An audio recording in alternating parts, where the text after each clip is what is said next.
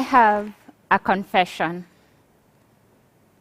I have been in an affair since I was 17 years old. I wish I could talk about butterflies in my stomach or maps I drew on the ground when I think about this affair, but I cannot. I wish I could talk about sweet words spoken or gifts that I received from this affair, but I cannot. All I can tell you about is the aftermath. About days I spent constantly asking, why? Why? Why me? I remember how it all began. I was in my final year of high school, and my class had just won in the sports, so we were singing and dancing and hugging each other. I went and took a shower, then I went for dinner. And when I sat down to eat, my teeth started chattering, and so I couldn't put the spoon in my mouth. And I rushed to the nurse's office, and because I couldn't talk, I just pointed at my mouth. And she didn't know what was happening, so she told me to lie down, and it worked. After a few minutes, the chattering stopped, and I was about to dash out, and she told me, she insisted that I go up to the dormitories to sleep. Here I was in my final year of high school, just a few months from doing my end of high school exams, and a few days from doing a set of exams we call here in Kenya MOOCs, which are somehow meant to gauge how prepared one is for the final exams. There is no way I was going to sleep and let a set of exams MOOC me. I went to class, sat down, took my Kenyan history notes, and there I was down Kenyan coastal town with the great Mekatilili Wamenza, the Giriama woman who led her people against British colonial rule. Then, without any notice, my left hand started jerking. And it was as if I was marking imaginary papers. And in and out it went. And with every stroke, one by one, my classmates stopped concentrating on their reading and started looking at me. And I tried really hard to stop it, but I couldn't, because it had a life of its own. And then, when it was sure everybody was looking at us, in its final show and official introduction, I had my first full-blown seizure, which was the beginning of what has been a 15-year-long affair. Seizures are the trademark characteristic for most types of epilepsy. And every first ever seizure needs to be assessed by a doctor to determine if one has epilepsy or if it's a symptom of something else. In my case, it was confirmed that I have epilepsy. I spent a large chunk of my time in hospital and at home, and I only went back to do my final exams.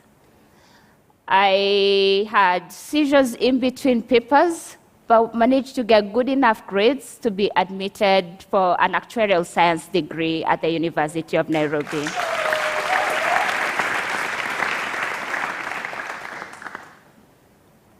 Unfortunately, I had to drop out in my second year. I didn't have good enough coping skills and a support community around me. I was lucky enough to get a job, but I was fired from that job when I had a seizure in the workplace.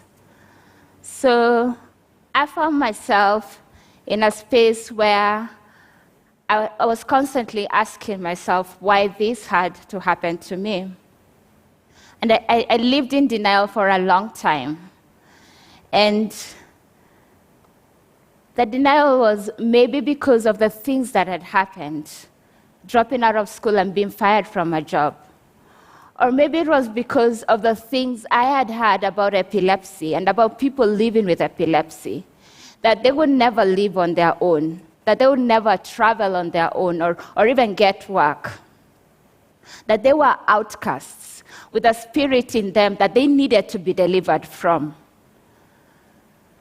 And so the more I thought about these things, the more my seizures became. And I spent days with my legs locked, and my speech became blurred. And on days on end, this is how I'd be. 2 or 3 days after a seizure, my head and my hand would still be twitching. I felt lost, like I'd lost everything. And sometimes, even the will to live.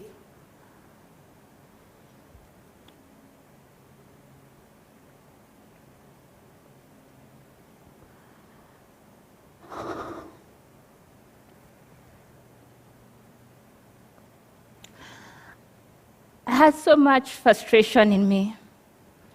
And so I started writing because the people around me didn't have answers to the questions that I had. And so I wrote my fears and my doubts.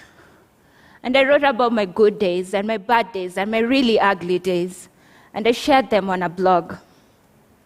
And before long, I began to be seen and heard by people who had epilepsy and their families, and even those who did not have the diagnosis. And I moved from that girl who constantly asked, why me, to one who not only self-advocates, but does it for those who are yet to find their voices.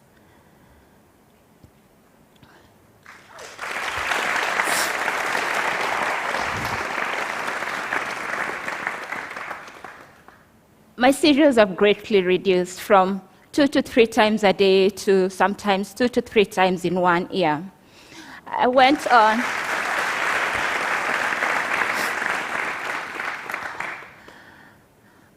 on to employ 5 people when I began what was Kenya's first free mental health and epilepsy support line. And I traveled to speak about my affair, all these things that I have been told people like me living with epilepsy could never be able to do. Every year, a population as big as 80% of Nairobi gets diagnosed with epilepsy across the globe. And they, like me, go through the motions of stigma and exclusion. And so I have made it my life journey to keep these conversations going. And I keep confessing about my affair so that those people who do not have the diagnosis might know and might have a constant reminder that it is all right to engage with people like us, that as long as they pull down the walls of stigma and exclusion, that we, just like them, can be able to take anything life throws at us. Thank you.